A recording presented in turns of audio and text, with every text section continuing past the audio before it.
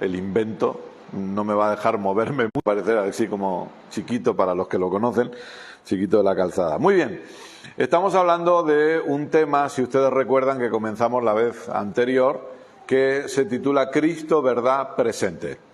Y estamos poniendo unas bases, y yo quiero invitarle a que pueda ir a Gálatas capítulo 1, porque ahí es donde vamos a continuar, pero estamos poniendo unas bases de poder entender que cuando hablamos de Cristo estamos hablando de todas esas etiquetas que a veces se han ido poniendo en diferentes lugares. Ustedes saben que nos gusta mucho ponernos a veces etiquetas, ¿no? Y dentro del ámbito cristiano, pues obviamente hay innumerables.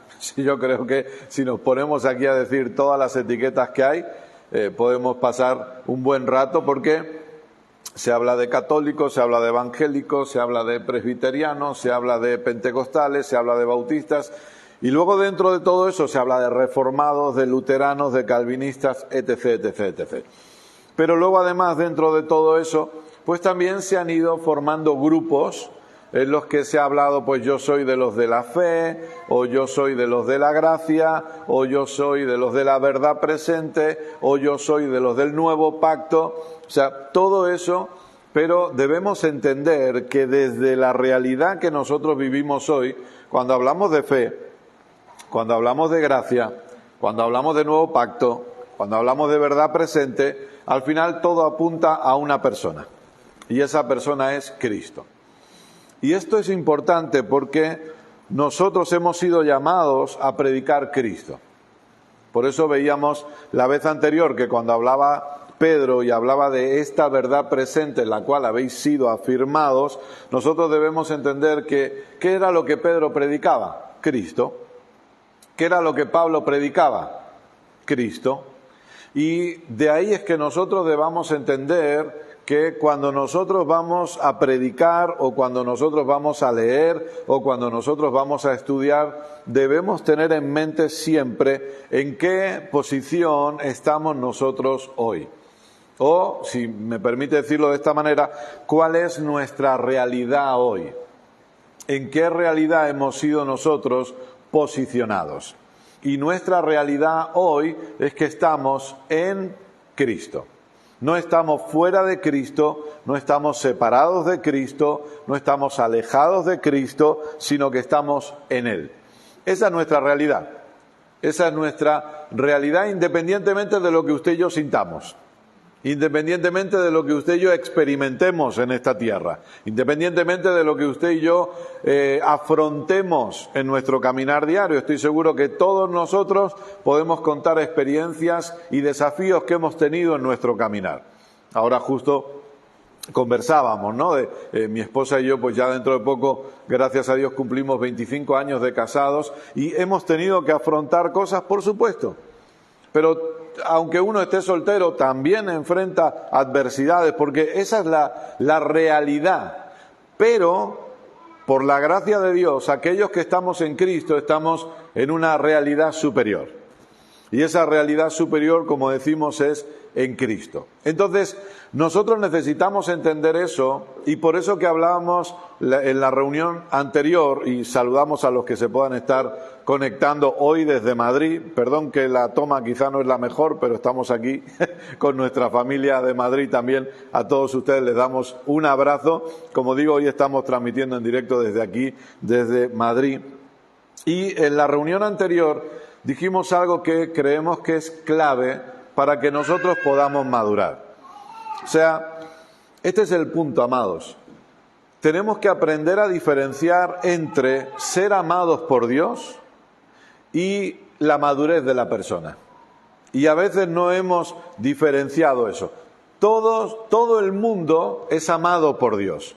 Juan 3:16, ¿está de acuerdo conmigo que es uno de los versículos quizás más conocidos?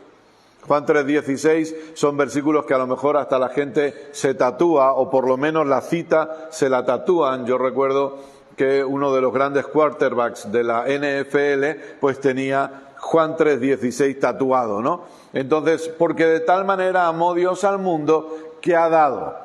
O sea, Dios ama al ser humano. Eso es innegable, el amor de Dios es incondicional.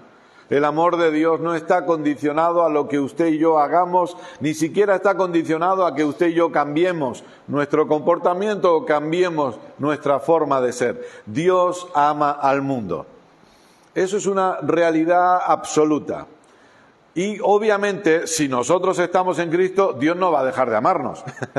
A veces es interesante cómo algunos predican el Evangelio y se le llama, a veces se utiliza la expresión, vamos a salir a ganar almas, ¿no?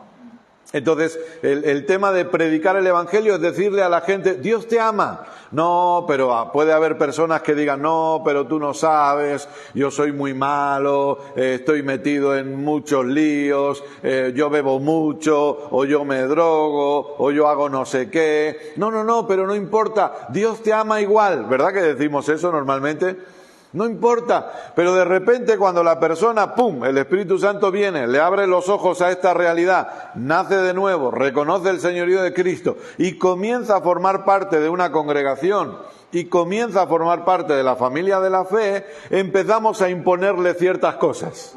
Entonces resulta que Dios me amaba incondicionalmente antes, cuando yo era el peor pecador del mundo, y ahora que se supone que estoy intentando ser un buen hijo, es como que Dios ya no me ama tanto, sino que Dios empieza a ponerme ciertas condiciones. Y no es así. Dios nos ama siempre igual. Eso no significa, obviamente, quiero abrir este paréntesis, eso no significa que a Dios le agrade todo lo que hacemos. ¿Sí? Podemos diferenciar eso, ¿verdad? Dios me ama. Yo como padre, nosotros tenemos 2 hijos, Leighton 19 años, Lian 15 años. Si usted me dice, Kenneth, ¿tú amas a tus hijos? Le aseguro que sí. Si usted me dice, en algún momento en estos 19 o 15 años de tus hijos han hecho cosas que no te han agradado, evidentemente sí. Porque es así. Entonces, eso forma parte de. Esto es igual. ¿Dios me ama? Sí. ¿Dios está agradado de todo lo que hago? Obviamente en ocasiones no. Pero eso no significa que deje de amarme. Ahora, entiendo cuando yo estoy en la congregación, cuando yo formo parte de la familia de la fe, entiendo que soy un hijo amado por Dios. Y precisamente por eso Dios tiene un anhelo, Dios tiene una meta, Dios tiene algo respecto a mí porque me ama. ¿Y sabe qué es? Dios quiere que yo madure. Por eso usted puede ver que nosotros, se lo dijimos desde el primer día, ponemos mucho énfasis en la enseñanza de la palabra. ¿Por qué? Porque lo único que va a producir verdadera madurez en la persona es que sea expuesta a Cristo. Nosotros no maduramos si estamos siendo expuestos a una religión. Nosotros no maduramos si estamos siendo expuestos a una sombra. Nosotros no maduramos si estamos siendo expuestos a una mezcla de pactos. Por eso lo que dijimos la vez pasada es aprender a dividir los pactos correctamente. Pablo le dice a Timoteo, preséntate, asegúrate de presentarte como obrero aprobado que usa bien la palabra de verdad. Ese verbo usar también se puede interpretar en el original griego como cortar o dividir. Es decir, que divide la palabra. ¿Sabe qué significa eso? Usted y yo tenemos que aprender a dividir los pactos de una manera correcta. Para los que todavía quizá utilizan su Biblia de papel, que aquí veo un porcentaje bajísimo, mi esposa es la única que la trae. ¿Hay más? Ok, perdón, entonces mi esposa y Michelle también tiene Biblia de papel, el resto, ¿de qué estamos hablando? De un 98%. Entonces, usted tiene su Biblia de Génesis a Apocalipsis y usted y yo la estudiamos, la escudriñamos, la profundizamos, pero debemos entender algo. Cada vez que yo me acerque a la Biblia, debo hacerlo desde la perspectiva de Cristo. Yo debo entender que lo que lea, debo hacerlo siempre, si me permite usar la expresión, con las gafas o con los lentes de Cristo. Eso es lo que necesito entender. Porque ya vimos, y no quiero volver a eso, ¿no? Simplemente vamos a ir avanzando, pero ya vimos que hay cosas escritas que eran una sombra clara de lo que tenía que suceder. O era una señal clara que marcaba e indicaba a Cristo. Entonces yo tengo que entender eso. Por eso, para los que nos conocen quizá de hace algún tiempo y nos han venido escuchando, nosotros siempre, usted no se vaya de ahí de Gálatas 1, que algún día lo leeremos, no se preocupe, si no es hoy será el 22 de septiembre, pero nosotros siempre le decimos a la gente que a la hora de estudiar nos hagamos 4 preguntas. Hay algo que no vamos a tocarlo aquí de una manera profunda, hay algo a la hora de estudiar las Escrituras que se llama la hermenéutica. ¿Sí? En la hermenéutica hay muchas reglas, hay muchas normas que nos pueden ser muy útiles para estudiar la Biblia. Pero yo quiero darle 4 preguntas que para nosotros son clave cada vez que nosotros nos acercamos a la Biblia. Ahora, claro, ¿qué implica esto? Esto implica que no se trata simplemente de leer, se trata de pensar un poco. Nosotros tenemos a nuestro pastor Jim Andrews, que él siempre, cuando la gente va a la congregación, él siempre le dice, ¿trajo su cerebro a la reunión? ¿No? Porque ¿sabe qué es lo que ha hecho la religión? Que no pensemos. La religión, lamentablemente, lo que ha hecho es, tienes que creer lo que te está diciendo el de delante. Ese que tiene la camisa roja hoy, que no tiene pelo, pues tú tienes que creer todo lo que te diga. Eso lo ha hecho la religión. Y no estoy hablando, y lo digo con todo el respeto del mundo, no estoy hablando del catolicismo. Estoy hablando de los evangélicos. Porque el catolicismo ya lo hacía. Entonces, ¿cuál es el problema? El problema es que el catolicismo, ¿qué hizo? Le quitó la Biblia a la gente. Entonces, van sin Biblia, leen, y eso es lo que hace. Y cuando nos acercamos ahora, lamentablemente, al evangélico, ocurre exactamente lo mismo. ¿Cuál era una de las bases de la Reforma? No solamente Lutero era uno de los reformadores, pero no solo él. Pero las 5 solas, como acaba de decir usted, una de las 5 solas era sola escritura. Es decir, ¿por qué hubo ese alumbrar de ojos de Lutero? Repito, la Reforma no comienza con Lutero, ya venía de antes, pero hay una explosión obviamente en el 1517 con Lutero. ¿Por qué? Porque ¿qué es lo que estaba haciendo Lutero? Estudiando la Biblia. ¿Qué estaba leyendo? Romanos. Y ahí es donde él se da cuenta que el justo será justificado por la fe. O sea, el justo vivirá, por la fe. Y ahí, ¡pum!, como dicen en México, le cayó el 20, ¿no? Le cayó el 20, ¡pum! Se le alumbraron los ojos y dijo, oye, aquí está muy claro esto. El justo vivirá por la fe. No hay que pagar para obtener cierto perdón, no hay que pagar para poder pasar del purgatorio a otro lugar. El justo vivirá por la fe. Entonces, si nos quitan la Biblia, ¿qué va a pasar entonces? No, tenemos que acercarnos a la Biblia, pero tenemos que hacerlo de la manera correcta. Por eso que cuando usted está aquí sentado o usted se conecta y usted se une a nosotros, no es simplemente hacer así con la cabeza, que yo le agradezco que usted diga amén, asienta con la cabeza, prefiero eso a que esté todo el rato diciéndome no, yo he vivido eso y no es agradable, se lo puedo asegurar. He estado 1 hora predicando y he tenido gente en primera fila haciéndome así y haciendo así, y yo llegaba, se lo puede decir mi esposa, llegaba a casa exhausto. Era peor que una jornada de 10 horas de trabajo. No, yo le agradezco que usted asienta, pero la iglesia en Berea dice que recibía con entusiasmo el Evangelio, pero que luego iban a las Escrituras para confirmar que lo que le habían dicho era verdad. Entonces, claro, cuando yo le digo estas 4 preguntas, no se trata simplemente de leer, no se trata de cumplir con Dios. No se trata de fichar, no sé si entendemos el verbo fichar, ¿verdad? Aquí en España cuando usted va a entrar a trabajar, usted ficha, ¿no? No se trata de fichar y dice, bueno, voy a cumplir con Dios, ¿no? No es decir, estamos en Gálatas 1, venga, tengo que leer la Biblia. Pablo, apóstol, no por investidura ni mediación humana, sino por Jesucristo. ¡Ey, por Dios Padre que lo levantó entre los muertos! Y todos los hermanos que están conmigo a las iglesias de Galacia. El teléfono. Voy a seguir leyendo. No. Se trata de que me acerco a la Biblia y voy a estudiar. Entonces voy a hacerme preguntas cuando leo. Voy a analizar ciertas cosas. Hay algo que para los que somos padres y hemos tenido que ayudar a nuestros hijos, que esto lo ha hecho más mi esposa que yo, pero hemos tenido que ayudar a nuestros hijos con sus tareas y con sus deberes. Hay algo que cuando aprendían a leer se llamaba, ok, tú aprendes a leer, pero luego le preguntabas, ¿qué has leído? Y eso es la comprensión lectora, ¿verdad? Entonces, nuestra hija o nuestro hijo leía la frase seguida, pero usted le preguntaba, ok, ¿qué has leído? Ni idea. No tengo ni idea.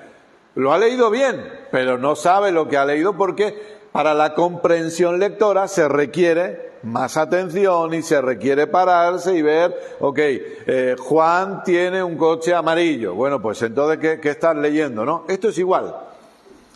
Ahora, ¿qué preguntas debemos hacernos cuando nosotros vamos a la Biblia para que podamos interpretarla bien? Para que entendamos que hay cosas que vamos a leer que no son para nosotros. Y yo sé que esto a veces a la gente le golpea mucho, porque claro, ahora lo vamos a ver, pero la gente dice, no, si está en la Biblia es para mí. Y no es así. Por eso, la primera pregunta que yo debo hacerme es, ¿quién está hablando? ¿Quién está hablando? Esa es la primera. ¿Quién está hablando? Claro, ¿cuál es la respuesta? La respuesta general, Dios. Si lo que leo está en la Santa Biblia, es Dios el que está hablando. Y de repente cuando usted empieza a analizar, pues usted y yo nos damos cuenta que no siempre es Dios el que habla. Porque ya en los primeros capítulos de la Biblia, Génesis 3, nos encontramos a una serpiente conversando con Eva. Ya no es Dios. Ahí Dios no está. Ahí Dios no ha aparecido todavía. También nos encontramos a Job. ¿Cuántos amantes de Job tenemos en la iglesia evangélica? ¿Cuántos, si me permite la expresión, jovianos? No, están los cristianos y los jovianos, que son los seguidores de Job. Los que abrazan las palabras de Job como si fuera lo más sagrado del mundo. Pero lo interesante es que a mí me gustaría, y lo digo con respeto, pero a mí me gustaría ver y preguntarle a estas personas si se han leído el libro de Job entero. Porque el problema es que nos leemos los primeros capítulos de Job y ahí es donde sacamos la gran frase. El Señor dio, el Señor quitó, bendito sea el nombre de nuestro Señor. Entonces ya la gente establece una doctrina de eso. Dios te da, Dios te quita, como Él quiere. ¿Por qué? Porque lo ha dicho ¿quién? ¿Lo ha dicho Dios? No, no lo ha dicho Dios. Lo ha dicho Job. Y lo dice Job en medio de una circunstancia realmente muy complicada. Por favor, que quede bien claro, no estoy menospreciando todo lo que Job experimentó, porque no me imagino, no me puedo poner en la piel de Job, ni muchísimo menos. Todo lo que él perdió económicamente, familiarmente, y a su esposa diciéndole, pero ya maldice a Dios y muérete. Ya está. Pero Job reconoce también un poquitito más adelante, lo que yo temí me ha acontecido. Y luego ya al final del libro, después de que Dios le haya dado, si me permite la expresión, ciertos repasitos a Job, y le haya llamado la atención y preguntarle, ¿dónde estabas tú, Job, cuando yo creé todo? ¿Qué me estás contando? ¿Qué me estás diciendo? ¿Dónde estabas cuando yo separé las aguas de la tierra, cuando yo puse los luceros en el cielo? ¿Dónde estabas? Y ya cuando acaba todo eso, Job reconoce y dice, si es que yo hablaba lo que no entendía. O sea, estamos haciendo nuestras unas palabras de alguien que no entendía lo que decía. Y si no, hacemos nuestras las palabras de alguien que estaba en un proceso de depresión. Nada nuevo hay bajo el sol. El sabio Salomón lo ha dicho. Y entonces ya nosotros también, el sabio Salomón, lo abrazamos como si fuera, vamos. Pero Salomón estaba en un proceso de depresión. Usted lo ve que va hacia arriba, va hacia abajo, va hacia arriba, va hacia abajo. Léase Eclesiastés y usted va a ver la experiencia de Salomón. Usted se la entrega a un psicólogo de Eclesiastés y le dice, sáqueme un diagnóstico de esta persona, y le va a decir, este hombre estaba en una depresión. Este hombre tenía unos cambios de humor terribles. No sé si era doble personalidad, no sé, no parece la misma persona. En unas partes está por todo lo alto y en otras está tirado por los suelos. Entonces yo necesito identificar quién está hablando. ¿Está hablando Dios realmente? Porque sobre todo si yo doy un paseo por el Antiguo Testamento o lo que entendemos como el Antiguo Pacto, que recuerde el Antiguo Pacto, ¿dónde inicia? Éxodo 19 y 20. ¿Y dónde acaba? Realmente acabar, completa y absolutamente, acaba incluso después de lo que vemos reflejado en la Biblia, porque acaba en el año 70. Lo que es entender la finalidad de todas las profecías cumplidas del Antiguo Pacto. Eso implica que nosotros debemos entender Mateo, Marcos, Lucas y Juan forman parte del Antiguo Pacto, lo que relatan. Ahora, ¿cuándo se establece el Nuevo Pacto? Obviamente el Nuevo Pacto se establece después de la ascensión de Cristo y el descender del Espíritu Santo. Hebreos nos dice de una forma muy clara, Hebreos 1:1, Dios habiendo hablado antes, en otro tiempo, de diferentes maneras, a nuestros padres por medio de los profetas, ¿cómo nos ha hablado hoy? Por el Hijo. Pedro dice, señores, tenemos la palabra profética más segura, que no es de interpretación individual. ¿Cuál es esa palabra profética más segura? Es el Hijo, es Cristo. Ahora, yo le digo, pongamos un cartel aquí bien grande que se vea o anunciemos en las redes sociales que en la próxima reunión vamos a tener un culto de profecía. Va a haber gente haciendo fila para venir, para que Dios les dé una palabra. O sea, en vez de ir a la pitonisa de turno a que me lea las manos o la bola de cristal, voy a la iglesia evangélica a que me den la palabra profética de turno. Es lo mismo. Estamos desesperados por esas cosas cuando ya Dios nos ha hablado por el Hijo. Bienvenida. Dios nos ha hablado por el Hijo.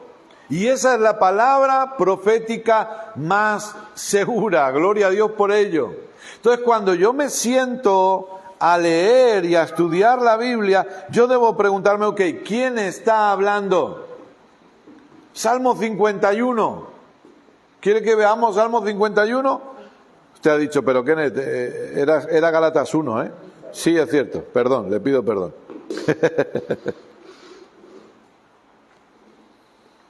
Salmo 51, versículo 1. ¿Cómo vamos en las conexiones? ¿Ustedes están bien? ¿Aquí están bien? Muy bien. ¿El audio bien? ¿Alguien dice algo? Se está escuchando bien, ¿no? Fíjese el Salmo 51. Ten piedad de mí, oh Dios, conforme a tu gran amor, conforme a tu misericordia, borra mis transgresiones. Lávame de toda mi maldad y límpiame de mi pecado. Recuerde que yo uso la nueva versión internacional.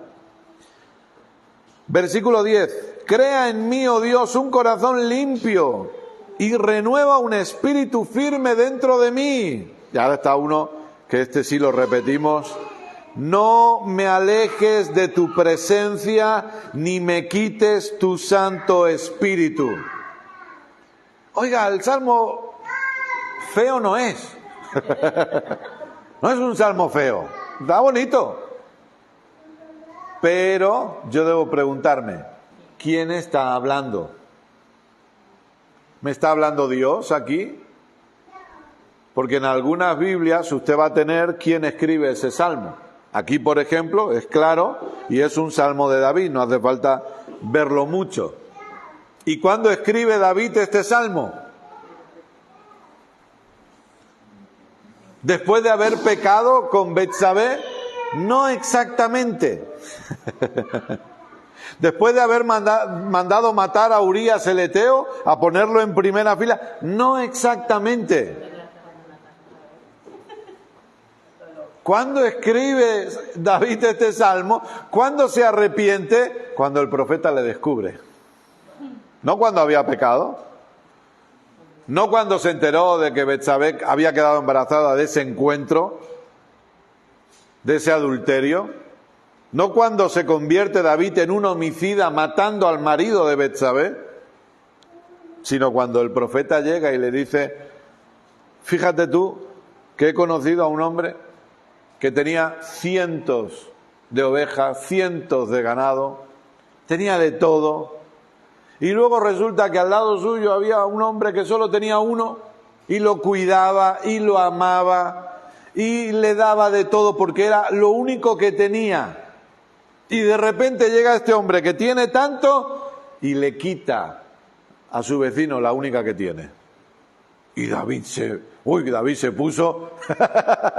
¿Pero cómo? ¿Cómo puede ser eso posible? Yo soy el rey, que me lo traigan.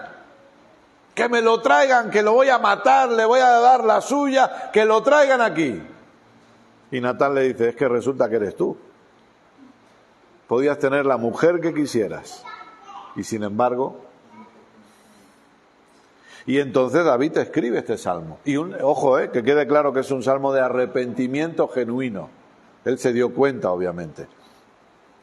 Mi pregunta es, ¿este Salmo 51 es válido para nosotros hoy? ¿Deberíamos orar como David oró en esta situación? ¿Es válido que nosotros nos levantemos y digamos, Señor, por favor, no quites de mí tu Santo Espíritu en este día? No es válido, porque usted se ha convertido en la habitación permanente del Espíritu Santo. Eso es como decir hoy en día... ya no lo hacemos como lo hace David, pero es como decir hoy en día, es como le decimos a Carmen, que nos ha ayudado, o a veces Manuel y Charo, se plantan aquí, o yo, o Keila, nos plantamos aquí. Espíritu Santo, te pedimos que vengas y visites este lugar. Visítanos en este día. Eres bienvenido, Señor. Bueno, estamos haciendo lo mismo que David. David dice, no quites de mí tu Santo Espíritu, y nosotros no estamos entendiendo que ya somos la habitación del Espíritu Santo.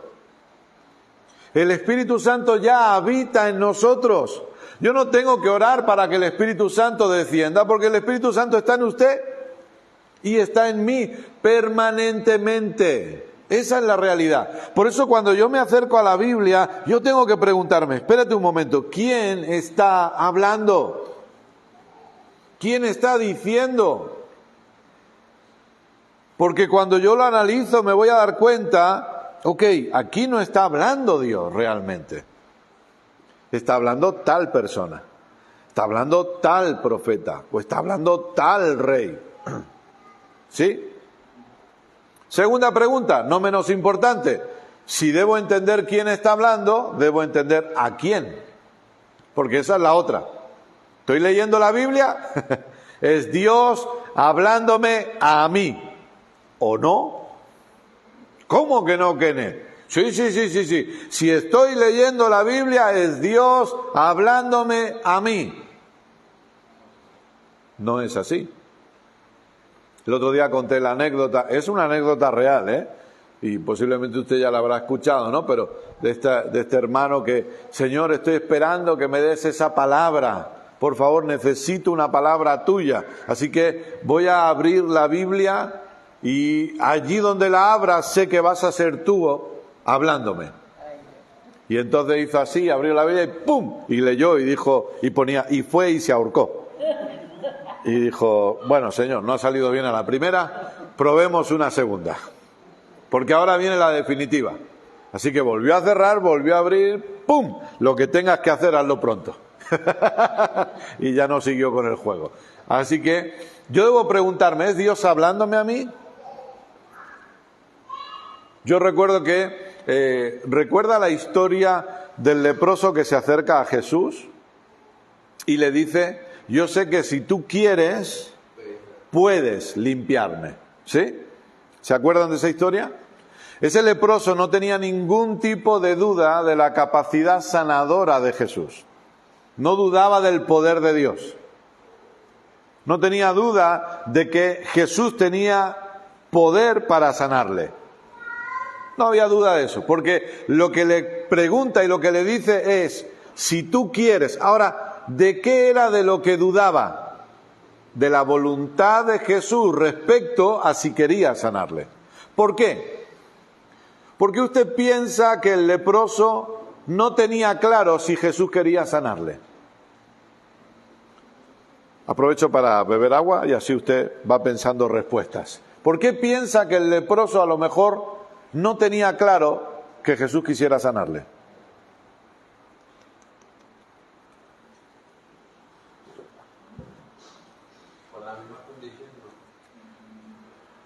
¿Por la condición de leproso? Por ahí vamos. Por ahí vamos. Pensaba que había pecado su padre y su madre porque había un pecado que lo había atado a ese estado. Por ahí vamos también. No quizá el padre o madre, sino él mismo. Si era leproso, según el antiguo pacto, es porque había pecado. ¿Sí?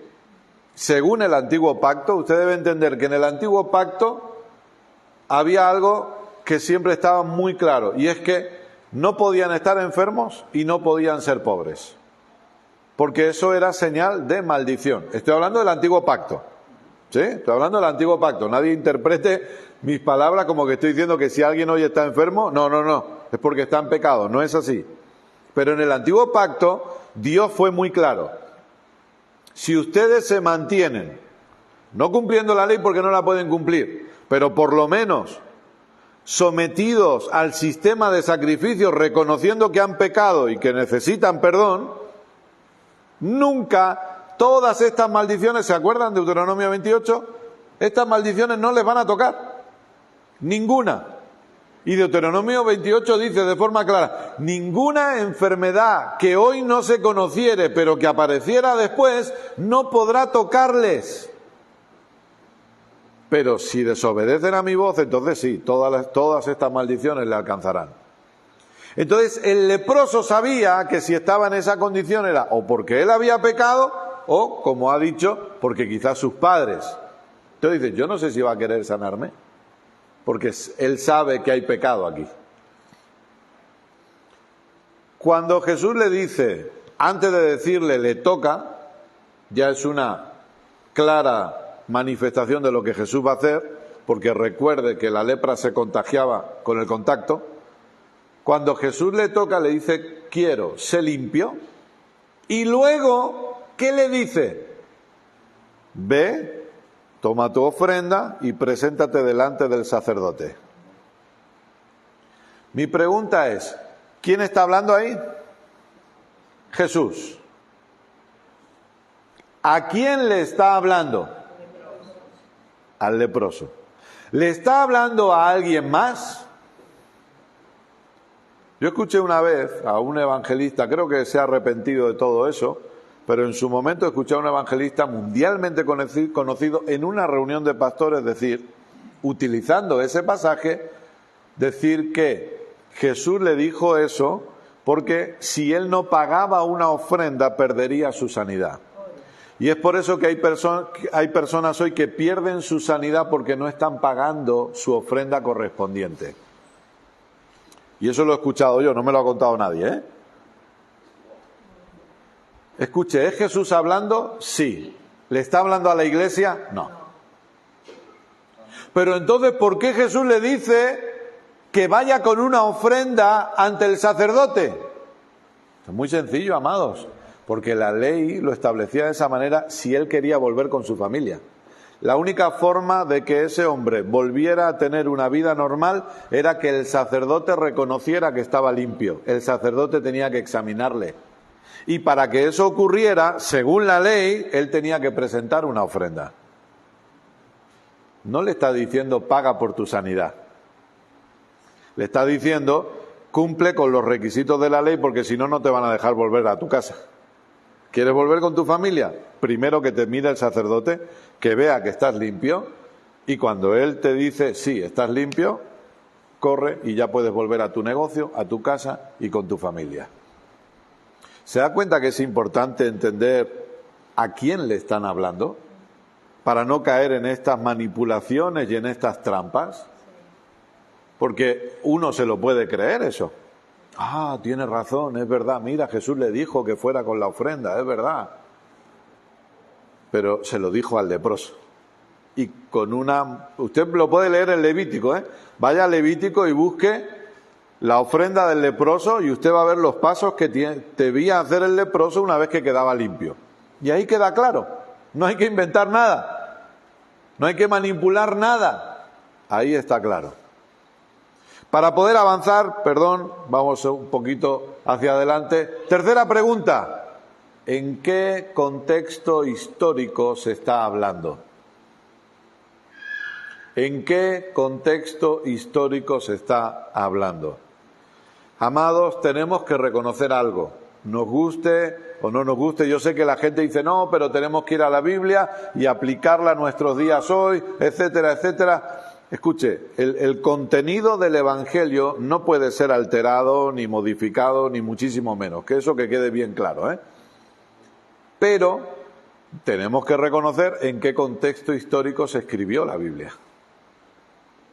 Usted ve que hay aproximadamente la Biblia cubre un periodo de 3.500 años. Y digo aproximadamente contando desde Génesis 3, porque no sabemos el tiempo que Adán y Eva estuvieron en el Edén. Entonces vamos a contar desde la caída y desde ahí contamos aproximadamente, repito, unos 3.500 años. Con muchas cosas. ¿En qué contexto histórico? ¿En qué contexto cultural?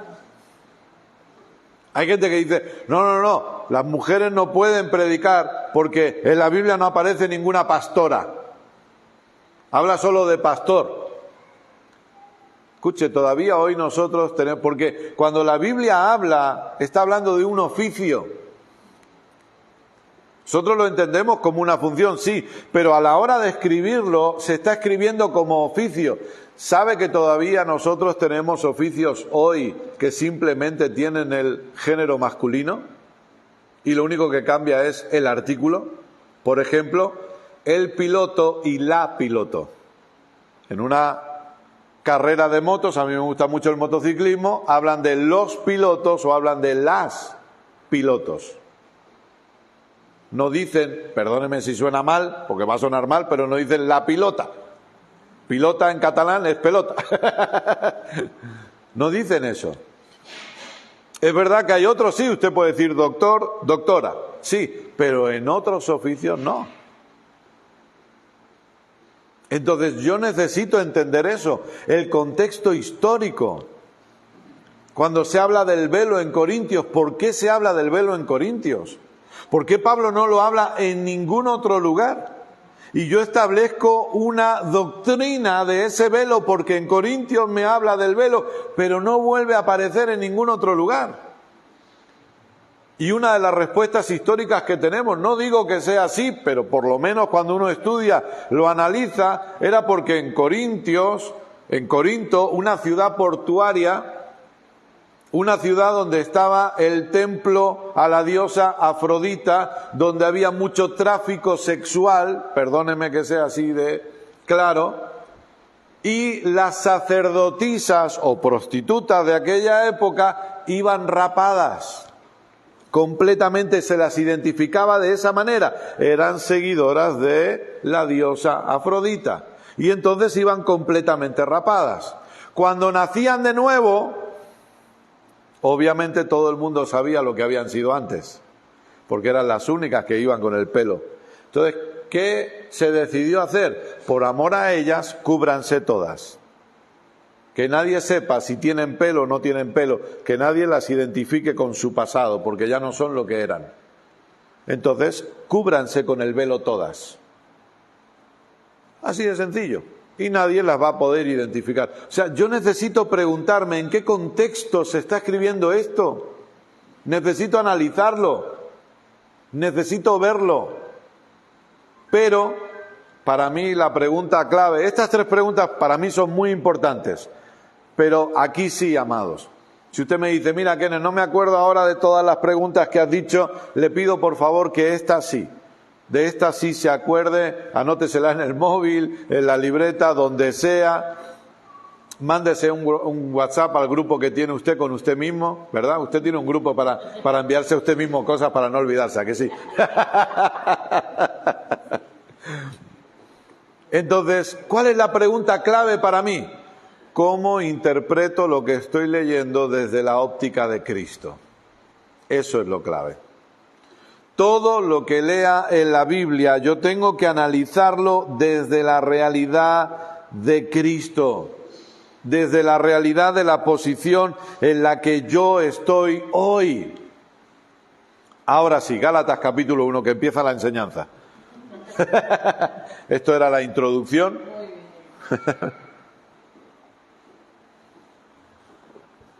No sé ni cuánto llevamos, a ver si aquí me dice cuánto llevamos. 40 minutos de introducción.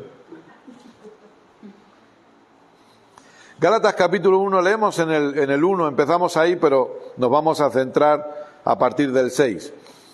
Pablo, apóstol, no por investidura ni mediación humana, sino por Jesucristo, y por Dios Padre, que lo levantó de entre los muertos, y todos los hermanos que están conmigo, a las iglesias de Galacia. La palabra, es verdad que aquí usted ve el plural iglesias, pero en realidad la palabra original griega es eclesía, ¿no? Porque usted sabe que la iglesia somos nosotros.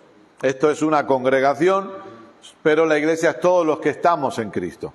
Y entonces dice, que Dios nuestro Padre y el Señor Jesucristo les concedan gracia y paz. Jesucristo dio su vida por nuestros pecados para rescatarnos de este mundo malvado. Recuerde que habla de sistema. Según la voluntad de nuestro Dios y Padre. O sea, ¿por qué Jesús hizo lo que hizo? Porque era la voluntad del Padre. Recuerde que Jesús vino el primer día que usted y yo nos reunimos, ¿verdad? Hablamos de ¿qué? De estamos aquí para hacer la voluntad del Padre. Jesús vino ¿para qué? Para hacer la voluntad del Padre. Jesús murió para rescatarnos de este mundo porque esa era la voluntad del Padre.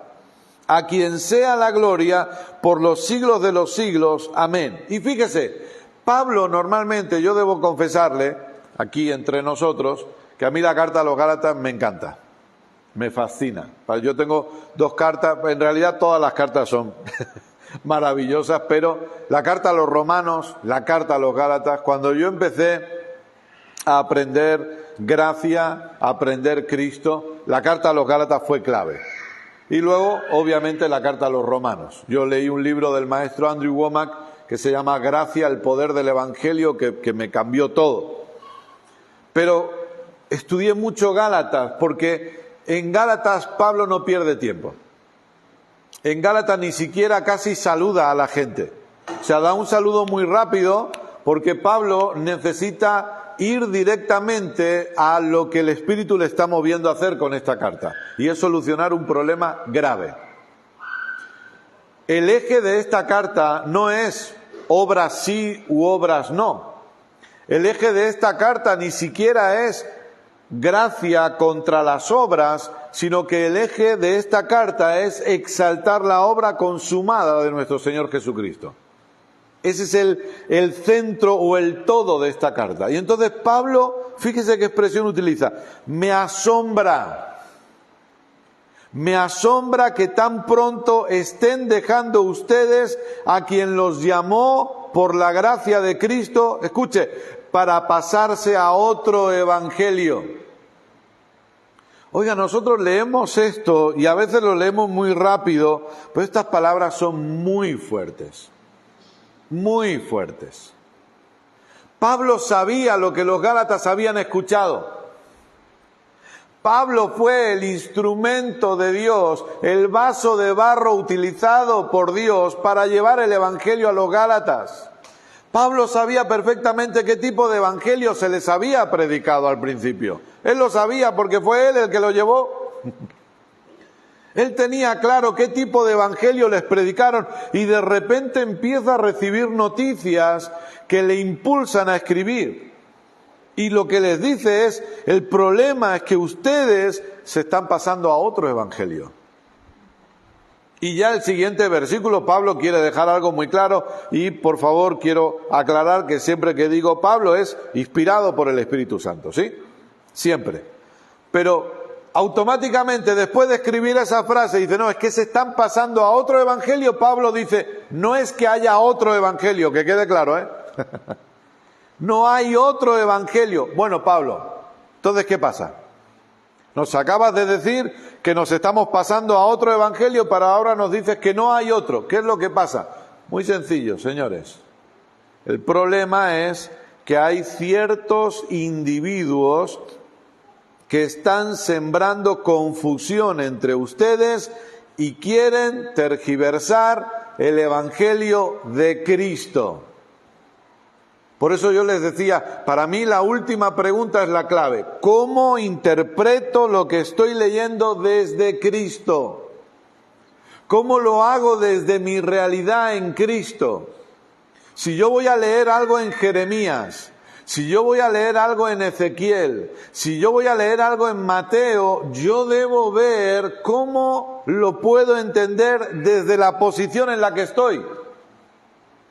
Porque, amados, esto es así y esto no es, ¿cómo le diría? Esto no es, se me fue la palabra, pretensión. Pero nuestra situación hoy, porque no digo que no es pretencioso, ¿por qué? Porque no es por nuestros méritos. Pero nuestra realidad hoy es muy superior a la realidad de David. Es muy superior a la realidad de Moisés o de Ezequiel o de Josué. Es muy superior a la realidad de Débora, de Esther o de Ruth. Es muy superior a todos ellos. Es muy superior a la realidad de Mateo, Pedro, Marcos antes de. Es muy superior. Y le voy a decir algo, es que es incluso muy superior a la realidad de Adán y Eva antes de la caída. Es muy superior. Porque Adán y Eva paseaban con Dios, pero no eran uno con Él. Ellos no estaban en Cristo. Ellos no experimentaron una comunión perfecta con Dios. Usted y yo sí. Usted y yo hemos sido hechos uno con Él. Entonces yo cuando me acerco a la Escritura tengo que ver, ¿cómo estoy viendo esto desde la realidad en la que he sido posicionado? ¿Cómo lo entiendo? ¿Cómo lo interpreto? Obviamente, si hablamos de las cartas, pues ya está, ahí se muestra nuestra realidad. Pero, amados, es que incluso en Hechos tenemos que analizar ciertas cosas, porque Hechos es un libro histórico. Y hay cosas que pasaron en Hechos que no van a volver a suceder. Por mucho que queramos cada año, yo no tengo ningún problema, lo digo con respeto, pero por mucho que cada año queramos celebrar Pentecostés, ya le voy a decir de antemano que nunca más volverá a ocurrir un Pentecostés. Jamás. Nunca. Por mucho que insistamos. ¿Por qué? Porque Pentecostés, tal y como lo recordamos, fue un punto específico que fue el derramar del Espíritu Santo sobre la iglesia por primera vez. Y coincidía con la fiesta de Pentecostés. Pero nunca más iba a volver a pasar eso. Lo único que pasó después fue que eso se extendió a la iglesia gentil. Y que varios grupos experimentaron eso. Pero no es algo que debamos orar para que el edificio tiemble como ocurrió en aquella ocasión. Necesitamos entender eso. Por eso yo debo preguntarme, ¿cómo estoy viendo lo que leo desde Cristo? ¿Cómo lo entiendo desde la realidad de Cristo? ¿Qué es lo que está ocurriendo? El problema es cuando algunos están tergiversando el único evangelio que existe. Por eso fíjese, el evangelio de Cristo. En Hechos 20:24 Pablo lo llama el evangelio de la gracia. En varios pasajes de Mateo, Marcos, Lucas y Juan se le llama el evangelio del reino. Es el mismo evangelio. Hablar de nuevo pacto es hablar Cristo. Hablar de verdad presente es hablar Cristo. Hablar de gracia es hablar Cristo. Hablar de reino es hablar Cristo. Esa es nuestra realidad. Pero déjeme decirle algo. Si esto ocurría en esta época, lamentablemente tengo que decirle que sigue ocurriendo hoy. No existen varios evangelios. No existen muchos evangelios. No, Kenneth, pero si tenemos el evangelio de Juan, el evangelio de Marcos. Tenemos un solo evangelio. ¿Pero qué es lo que tenemos hoy? Lamentablemente muchos que están robando la paz de la gente porque les están predicando un evangelio tergiversado. Esa es la realidad. Y nuestro enfoque no es los que tergiversan el evangelio. Nuestro enfoque es Cristo y el evangelio. Pero sí es necesario que veamos y entendamos que esto está ocurriendo. Amados, nosotros no podemos pretender ser más buenos que Dios. Amamos a todos. Pero yo le invito a que si usted quiere, si no lo ha hecho, que seguro que muchos de ustedes lo han hecho, lea las cartas, no voy a decirle todas las cartas, pero lea las cartas de Pablo, por ejemplo Gálatas, Colosenses, Filipenses, y subraye, o si no quiere subrayar su Biblia, anote en un ladito qué tipo de expresiones utiliza Pablo. Primera de Corintios, qué tipo de expresiones utiliza Pablo cuando se refiere a aquellos que están tergiversando el evangelio. Aquí, por ejemplo, habla de individuos que están sembrando confusión entre ustedes y que quieren tergiversar el evangelio de Cristo. Pero es que, nada, siguiente versículo. Si alguno de nosotros, Pablo se incluye, si alguno de nosotros o un ángel del cielo les predicara acerca de unas buenas noticias distintas de las que hemos predicado, que caiga bajo maldición. Fíjese. No, yo creo que Pablo realmente no quiso decir lo que dijo. Siguiente versículo. Como ya lo hemos dicho, ahora lo repito. Por si acaso. Si alguien anda predicando un mensaje distinto del que recibieron, que caiga bajo maldición. Ah, pues sí quiso decir lo que dijo.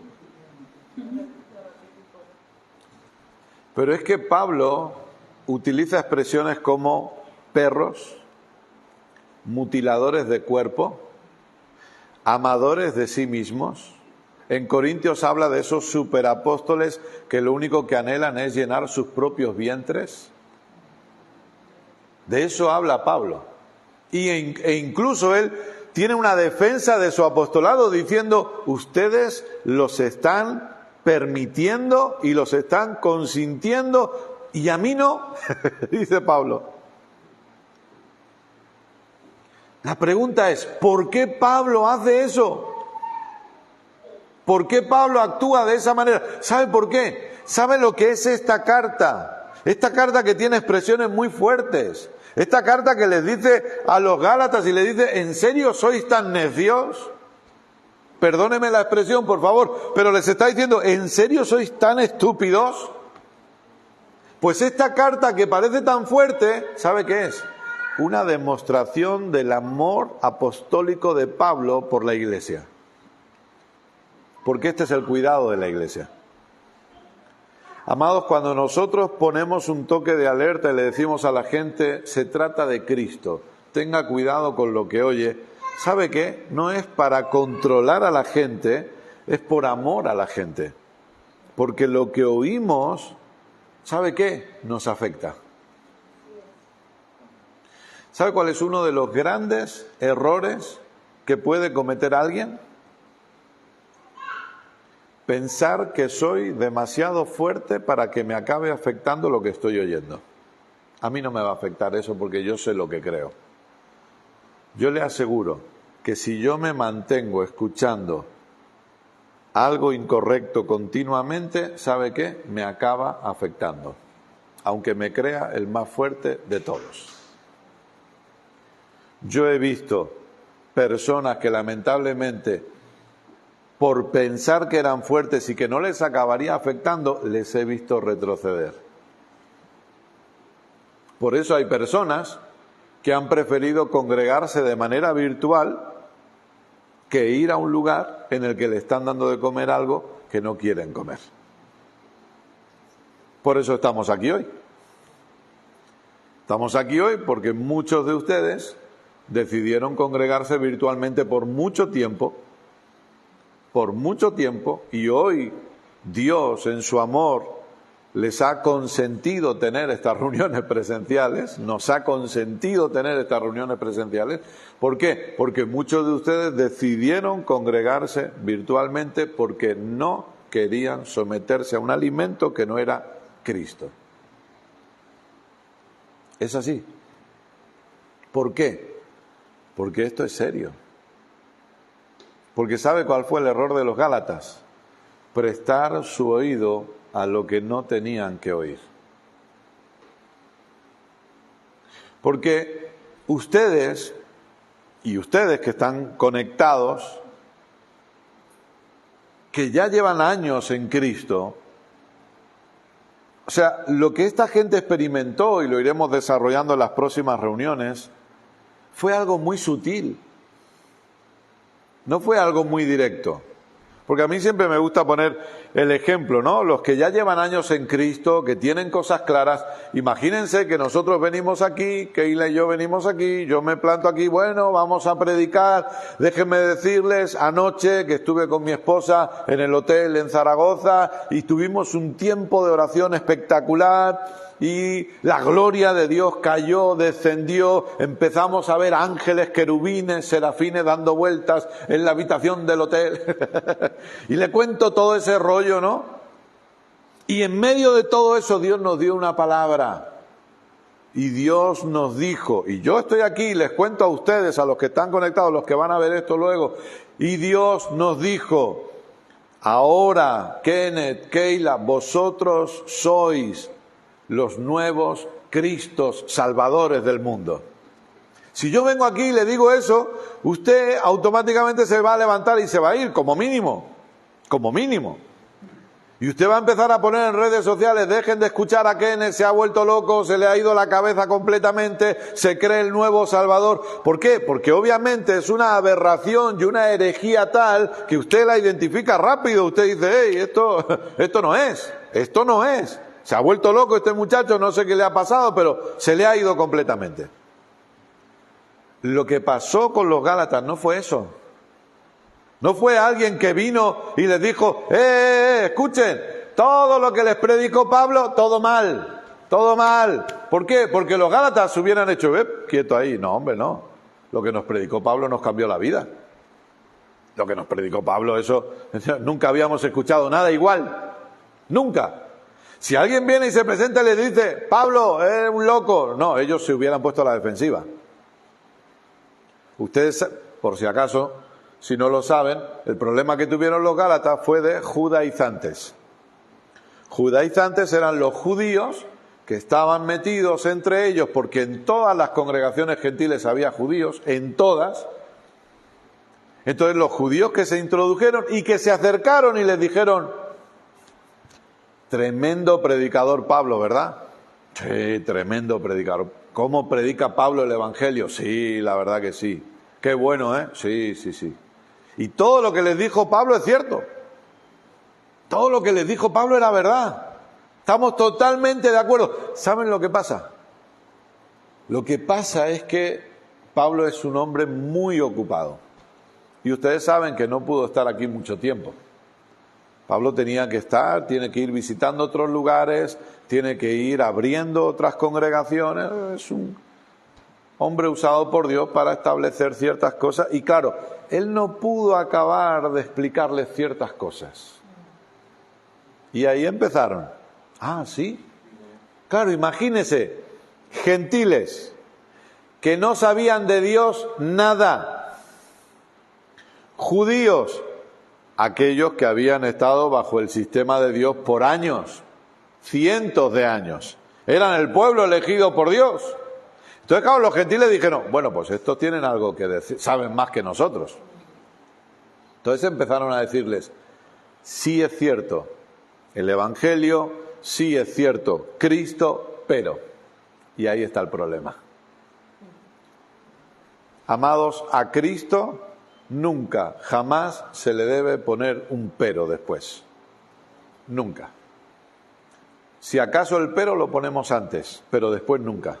No es Cristo pero. Si es cualquier otra cosa, pero Cristo lo consumó. Pero Cristo, pero no. Y lo que ellos dijeron fue, ¿es Cristo? Sí. Pero el día sabático hay que conservarlo. Porque eso Dios lo sigue respetando. Entonces Cristo sí, pero recuerden que hay que guardar el Shabbat. Cristo sí, pero los varones, atentos varones que están aquí sentados hoy,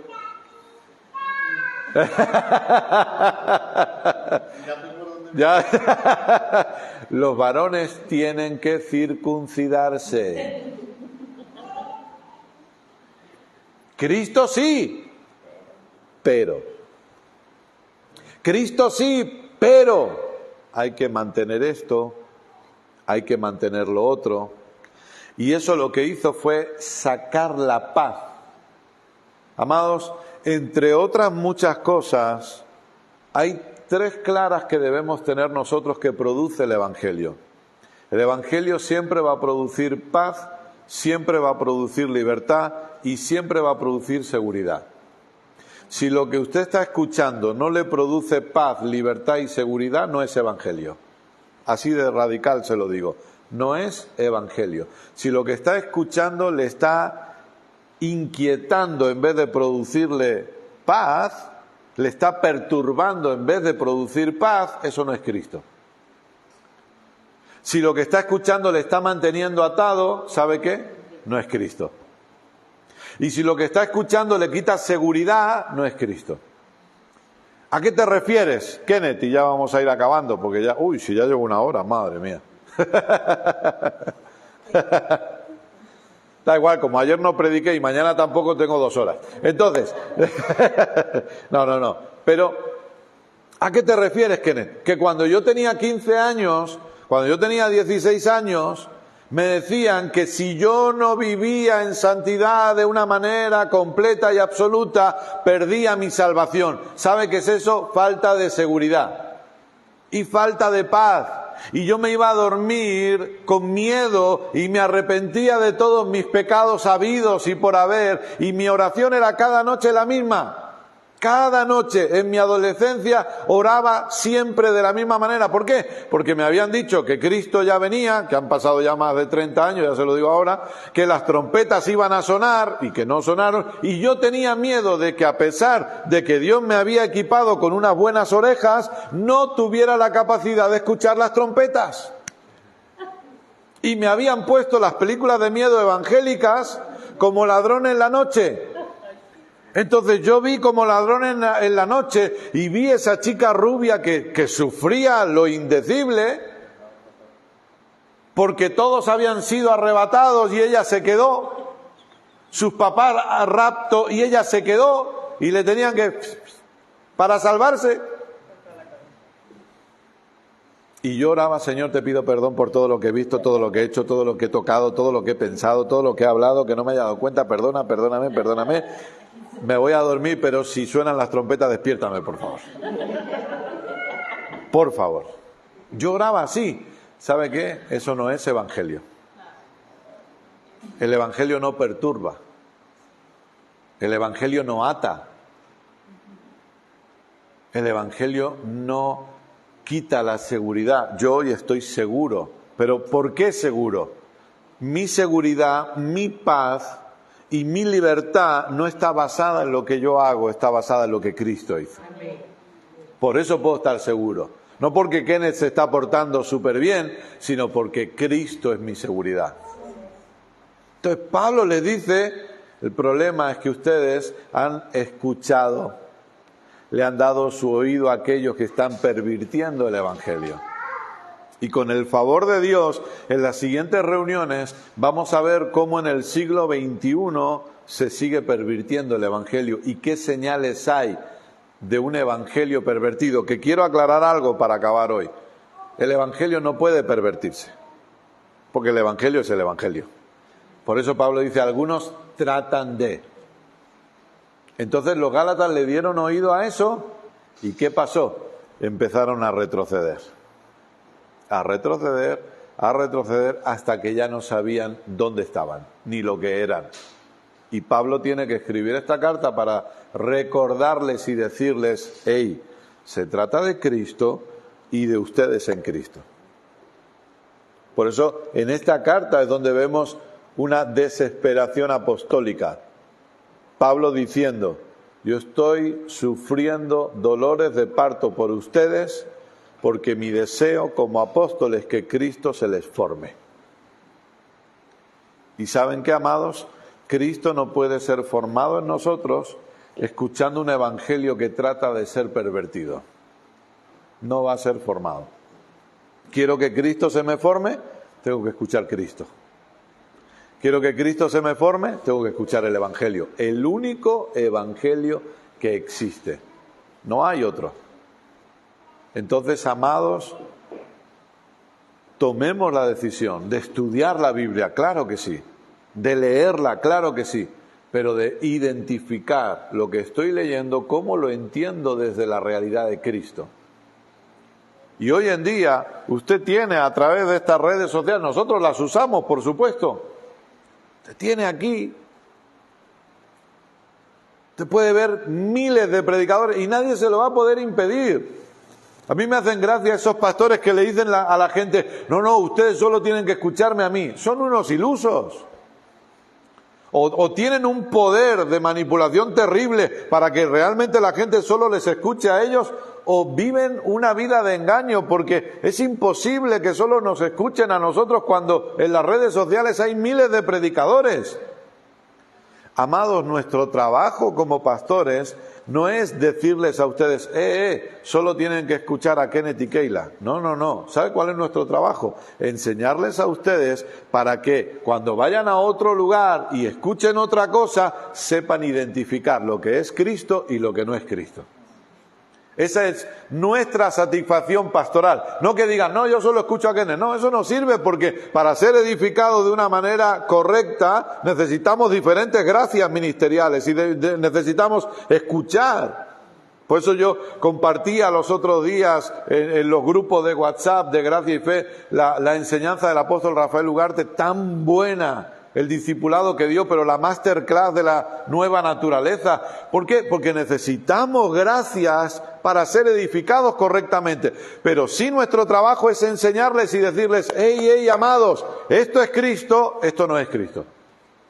De manera que cuando usted se compra un libro y empieza a leerlo, usted va a decir, ok, esto no es Cristo, aquí lo dejo. O cuando usted entra en la red social y usted escucha a un predicador, usted dice, ok, esto no es Cristo, aquí lo dejo. Esto es Cristo, esto lo abrazo. Ese es el punto. O cuando nos invitan a una reunión, porque quizás todos tenemos amistades y todos tenemos conocidos y nos invitan a una reunión con buena intención, yo no voy a ir de mala gana, ni voy a ir juzgando al predicador, no. Pero sí me voy a sentar y analizo y abrazo lo que es Cristo y dejo a un lado lo que no es Cristo. Porque de esa manera, ¿qué va a ocurrir? Que Cristo se va a formar en mí. Cristo va a ser formado en mí de una manera correcta y eso significa madurez.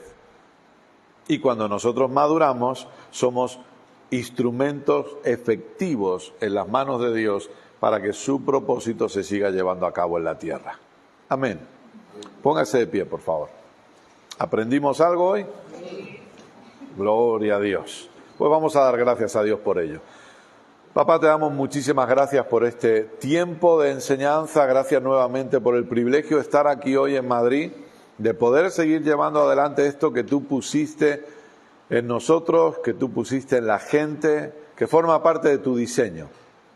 Gracias por el privilegio de poder comer Cristo, escuchar Cristo, abrazar Cristo y de ver cómo Cristo está siendo formado cada vez más y más en cada uno de nosotros. Oramos por cada persona que está conectada, que escucha esta enseñanza después, los que estamos aquí.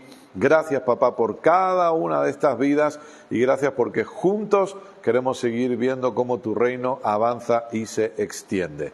Gracias porque creemos firmemente que cada vez más y más personas van a abrazar a Cristo y el Evangelio y van a correr con este Evangelio aquí en Madrid y se van a abrir más lugares, más congregaciones o más pastores van a rendirse a Cristo y van a predicar a Cristo en sus lugares también.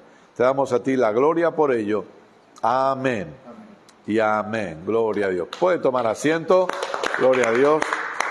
Despedimos a los que están conectados. Gracias por unirse a nosotros desde Madrid.